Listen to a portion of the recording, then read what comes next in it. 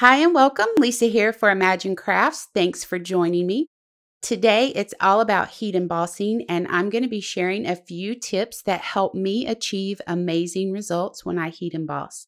You're going to need a few supplies, and I'll cover those throughout the video, but for now let's start with the supplies laid out here in front of me. I have a few of the Imagine's embossing powders.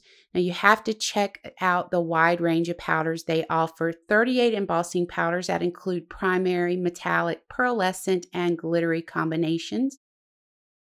You're also going to need a Versamark watermark ink pad. Now all this is a sticky ink that the embossing powder sticks to that allows you to heat set it on your project. You can also purchase the Versamarker, and this is perfect for lettering and scrapbooking and fine details on your project. And Versamark Dazzle, it comes in frost and champagne. It offers the same qualities as the Versamark ink, but with an added shimmer. Now, Versamark is not just for heat embossing. It's great for tone-on-tone effects and for resist effects. And you're going to see here on this craft cardstock the tone-on-tone effect of the Versamark ink. And I have a piece of black cardstock here that's going to show you this gorgeous shimmer from the Versamark Dazzle Frost ink. Also, this Versamark Dazzle comes in that champagne color, like I mentioned earlier, that is absolutely gorgeous. So now I want to talk about heat embossing. I have 5 tips of mine that I'm going to share with you throughout the video. So I've got set up here and I have a stamping tool. I've laid down a piece of cardstock. I'm using a tropical themed cling stamp to demonstrate. Tip number 1.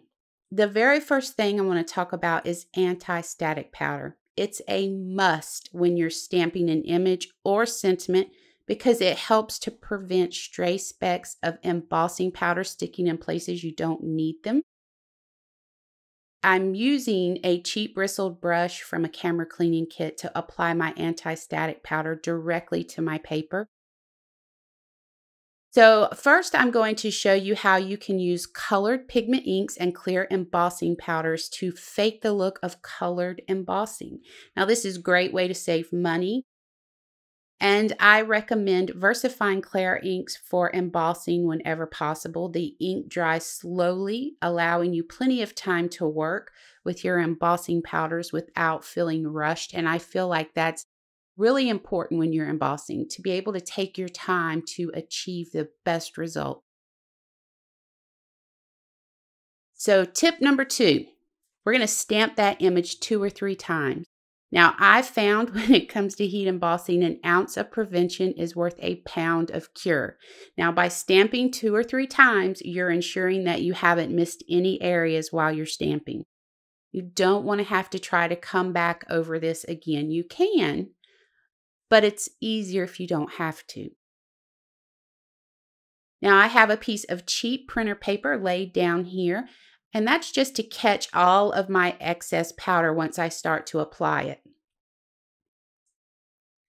So I'm going to remove the paper from the MISTI, set that aside, and then I'm going to cover this image with clear embossing powder. Once I have that whole image covered, I'm going to lightly tap any excess off. You don't want to hit it hard, just light taps. And then I'm going to go ahead and return that excess powder back to the bag, close it up, and set it aside. Bringing me to tip number 3. Clean up before heat setting. Now, I always come in with my inexpensive brush and clean away any stray specks left behind, even when I use clear embossing powder, because if I decide I want to come in and ink blend over this, that heat set embossing powder is going to resist any ink that I lay on the cardstock. So I have this dedicated brush for this step. It's just a cheap brush, has stiff bristles that are angled, and it gives me the best control while I'm cleaning up. So experiment with brushes until you find one that works for you, and then use it for that purpose only. And this is going to bring us to tip number 4. Preheat your heat gun. The less time heat is in contact with the paper, the less warping you're going to have.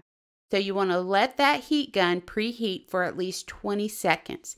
Now when you take the heat to the embossing powder, if it doesn't start melting immediately, remove the heat and then let it continue to heat up. You want that powder to start melting immediately. So your heat gun's hot and the powder is starting to melt immediately, and that's going to bring us to tip number 5. You only want to chase that melting powder. You're going to see me here. I make sure that that powder is melting, and then I slowly start chasing that melting powder. Now you're going to know when the powder's set because it becomes dimensional and shiny. One thing that I'm going to ask you, please don't do is wave that heat gun back and forth. There's no purpose for it. In fact, when you wave it back continually, like you see some people do, you run the risk of blowing your powder all around by doing that. So just chase that melting powder like you saw me doing. So that's my 5 tips for better heat embossing. So I'm going to share a few fun things that I like to do with my embossing powders.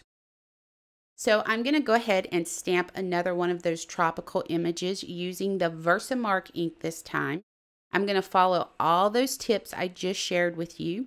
I'm using 5 different powders on this one image. So I'm going to use Jade Pearl, Sapphire, Amethyst, Indigo Pearl, and Metallic Berry. Now I add 1 powder at a time, and then I return that powder back to its bag before moving on to the next. We're going to go ahead and clean up our image because we have a little bit of stray powder up there across the top. So I'm going to come in with my brush and just wipe that powder away. Then I'm going to take the time to go around the image and clean up, making sure there's no stray specks anywhere. It makes all the difference in the world. Then we're going to come in with our preheated heat gun and heat set this powder. Again, I'm just chasing that melting powder. I'm not shaking that gun back and forth.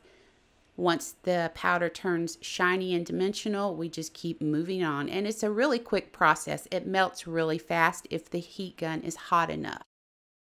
And there's how you can use lots of powders together. I used 5 powders on one image on that one. So let's talk about this next little thing I love doing. This is a 2-tone metallic die cut word technique that I like to do. Now I have the word friend here. I temporarily attached it to a piece of cardstock so I could add VersaFine Clair Glamorous ink with that direct to paper application. I removed it, I added clear embossing powder, and then I heat set it. Now this is one time you can skip the anti-static powder because you're heat setting the whole die cut word. We're going to mask off half of the word, do a direct application with our Versamark ink, and then we're going to add gold embossing powder, and we're going to go ahead and heat set that. We're going to remove this purple tape, and you see the results that you have here. It's so pretty. Okay, and I believe that that brings us to the end of this video. I hope you enjoyed the video. Leave a comment below letting me know your tips for heat embossing. I love hearing what everybody else does. Thanks for joining me today. I hope you'll click that subscribe button and ring the bell to be notified of new content to the channel. Now, for more information on the products I used, head over to the Imagine Crafts website, and I hope you have an amazing day.